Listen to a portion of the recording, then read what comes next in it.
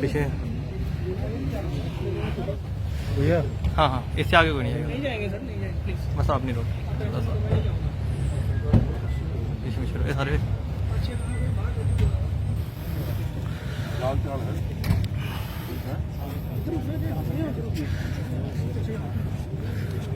हाँ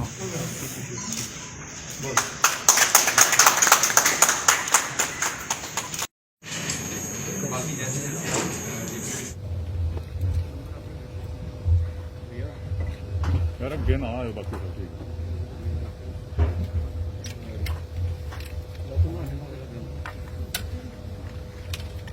डिस्ट्रीब्यूशन में जो क्षमता वृद्धि हो रही है उसके पंजाब सिंध गुजरात मराठा द्राविड़ उत्कल बंगा विंध्य हिमाचल यमुना गंगा उच्चल जलधि तरंगा तव शुभ नामे जागे तव शुभ आशीष मांगे गाहे तव जय गाथा जन गण मंगल दायक जय हे भारत भाग्य विधाता जय हे जय हे जय हे जय जय जय जय हे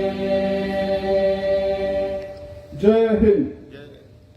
ये सांबा की जो भूमि है आज कुल मिलाकर 216 करोड़ रुपए की परियोजनाएं आपके समक्ष जम्मू, सांबा, हीरानगर, कठुआ, उधमपुर और आसपास के इलाकों में आपकी विद्युत आवश्यकताओं की पूर्ति तथा आने वाले दिनों में जो वर्तमान इंडस्ट्री है उसके लिए और आने वाले दिनों में जो इंडस्ट्री आने वाली है उसको पर्याप्त बिजली उपलब्ध कराने की व्यवस्था में काफी हद तक मदद करेगी। सांबा के निवासियों के लिए निश्चित रूप से एक ऐतिहासिक दिन है। मैं कहूंगा 2006 से आप प्रतीक्षारत थे कि जिला का दर्जा तो मिल गया, लेकिन सांबा का स्थानीय ग्रिड स्टेशन आते आते 16 साल लग गए, बहुत देर तक। अब मुझे लगता है कि अभी तक आपकी आपूर्ति जैसा फिल्म में आपने देखा कि हीरानगर ग्रिड स्टेशन से होती थी। अब स्थानीय ग्रिड स्टेशन स्थापित होने से न केवल बिजली की आपूर्ति की व्यवस्था में सुधार आएगा, बल्कि जिस बात का जिक्र केशव दत्त शर्मा जी कर रहे थे, मैं आऊंगा आगे इंडस्ट्री पर, जो नए उद्योग लगेंगे उसके कारण रोजगार की संभावना भी प्रचुर मात्रा में बढ़ेगी। 7 दिसंबर को भी मैं यहां आया था, ब्रिगेडियर राजेंद्र सिंह जी की धरती पर, और सांबा के कस्बों और गांवों में भी नागरिकों को सुविधाएं पहुंचे जो बड़े शहरों जम्मू या श्रीनगर में हैं। उस दिन मैंने कहा था कि इसकी कोशिश आने वाले दिनों में हम करेंगे, और आज मुझे प्रसन्नता है कि आजादी के अमृत महोत्सव में इसकी शुरुआत हो गई है। मुझे बताया गया है कि सांबा तथा कठुआ के ग्रिड स्टेशनों द्वारा क्रमशः 100 मेगावाट की क्षमता का लक्ष्य रखा गया है, जिससे औद्योगिक क्षेत्र में क्रांतिकारी परिवर्तन के साथ युवाओं को रोजगार के अवसर भी उपलब्ध होंगे। वीडियो आपने विस्तार से देखा है, इसलिए उसके तकनीकी पक्ष में और विवरण में जाना मुझे लगता है कि समय गंवाना होगा। लेकिन ये भी सच है कि जो काम पहले होना चाहिए था वो देर से हो रहा है। मैं अगर तस्वीर आपको बताऊं पिछले 3 सालों की, तो जम्मू में गर्मी के दिनों में 2019-20 में मोटे तौर पर 1210 मेगावाट बिजली प्राप्त होती थी। पिछले साल 2021 में उसे बढ़ाकर 1281 मेगावाट किया गया, और इस साल मैं आपको कहने जा रहा हूं कि लगभग 1500 मेगावाट बिजली जम्मू रीजन के लोगों को मिली। तो मोटे तौर पर पिछले साल लगभग 60 मेगावाट बढ़ी थी, और इस साल उसमें 200 मेगावाट हम और वृद्धि करने जा रहे हैं। विंटर्स की अगर मैं बात करूं तो 1260 मेगावाट 19-20 में मिलती थी, 1273 20-21 में मिली, अभी 1370 मेगावाट बिजली जम्मू के लोगों को मिल रही है।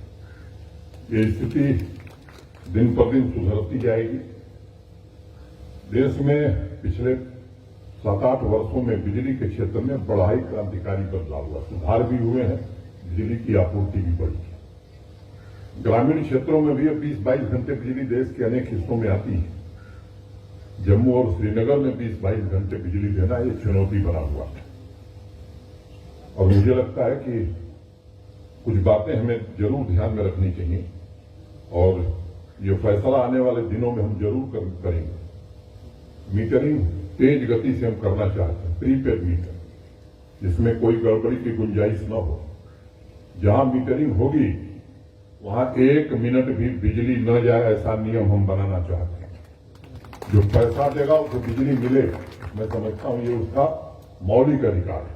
और इसमें यशोदत्त शर्मा जी और जुगुल किशोर जी कह रहे थे कि एलजी साहब का और उनके प्रशासन का बड़ा सहयोग। भैया हमारा कोई सहयोग नहीं, अब आपका सहयोग चाहिए हमको, तब आपको 24 घंटे बिजली मिल सकती है। ये बिना पैसे की बिजली ये व्यवस्था चल नहीं सकती। मोटे तौर पर 6,700 करोड़ की बिजली हम हर साल खरीद रहे हैं और 2600-2700 करोड़ रुपया हमारे पास आता है। तो केवल बिजली देखने के लिए अगर देखनी है तो इस व्यवस्था को चलाया जा सकता है। बिजली का उपयोग और उपभोग करना है, मुझे लगता है कि इस व्यवस्था को बदलना होगा। ये भी सच है कि गरीब आदमी है, खेती करने वाला है, तो उसे हम सुविधा देंगे, लेकिन जो समर्थ लोग हैं वो भी बिजली बिल न दें। मुझे लगता है इसमें आपका सहयोग बड़ा आवश्यक है और इसलिए मैं आपसे निवेदन करना चाहता हूं, ये सबसे बिजली के बिना कोई विकास नहीं हो सकता। आज हर व्यक्ति की ये न्यूनतम आवश्यकता हो गई कि उसे बिजली चाहिए। बच्चे को पढ़ना है, आप कह रहे थे लाइब्रेरी कैसे चलेगी बिजली नहीं रहेगी तो।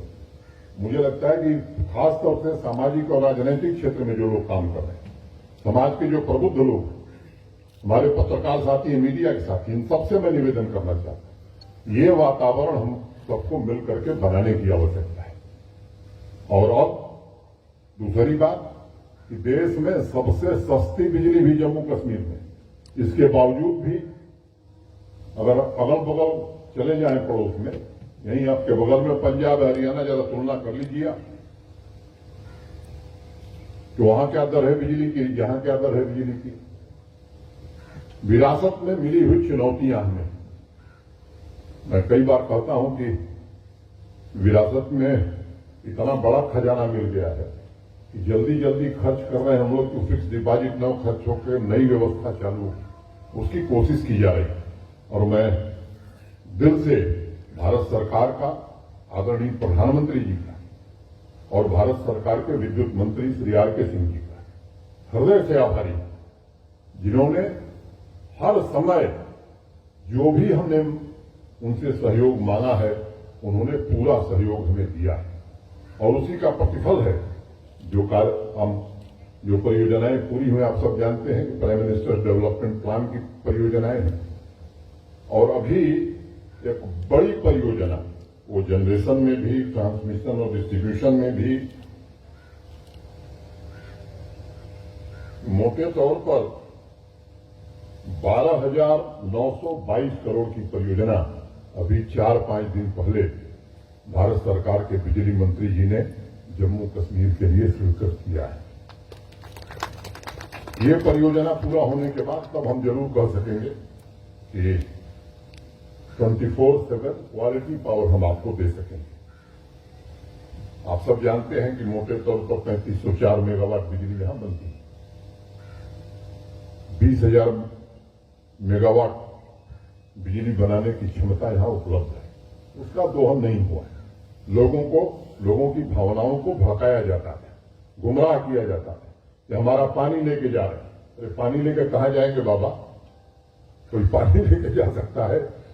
तरह तरह की बातें लोगों की भावनाओं को भड़काने के लिए की जाती हैं। आप सबको मालूम है कि अभी पिछले दिनों कई हाइड्रो पावर प्रोजेक्ट स्वीकृत हुई हैं और मैं आपसे कहना चाहता हूं कि 2024 तक 2500 मेगावाट की क्षमता हमारी वृद्धि हो जाएगी। आने वाले दिनों में हम बिजली के मामले में, उत्पादन के मामले में आत्मनिर्भर हो जाएंगे। वैसे ही ट्रांसमिशन और डिस्ट्रीब्यूशन के क्षेत्र में भी अनेक इस तरह के काम हो रहे हैं। मैं विवरण में नहीं जाना चाहता।